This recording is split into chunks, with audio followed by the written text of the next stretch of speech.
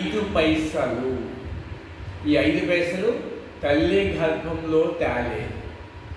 మళ్ళా బయటకు వచ్చిన తర్వాత ఇది 5 పైసల నాణ్యాన్ని కన్ను చూసి కోరుకుంది. మళ్ళా ఈ 5 పైసలు మళ్ళా కోరుకున్నది బయటే పెడుతుంది.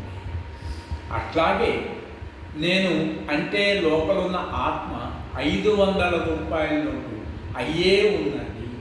నా నుంచే పుట్టింది భూమి, నీరు, అగ్ని, వాయువు, ఆకాశం అనే 5 ఆలోచనలు పుట్టాయి. ఈ 5 ఆలోచనలే 5 పైసలు.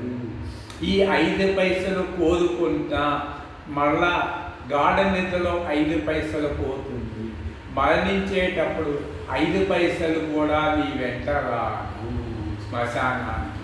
ఆల్రెడీ 500 రూపాయల నోటు నేనున్నాను. 500 రూపాయలు తెలుసుకోవటమే నేను ఎవడను.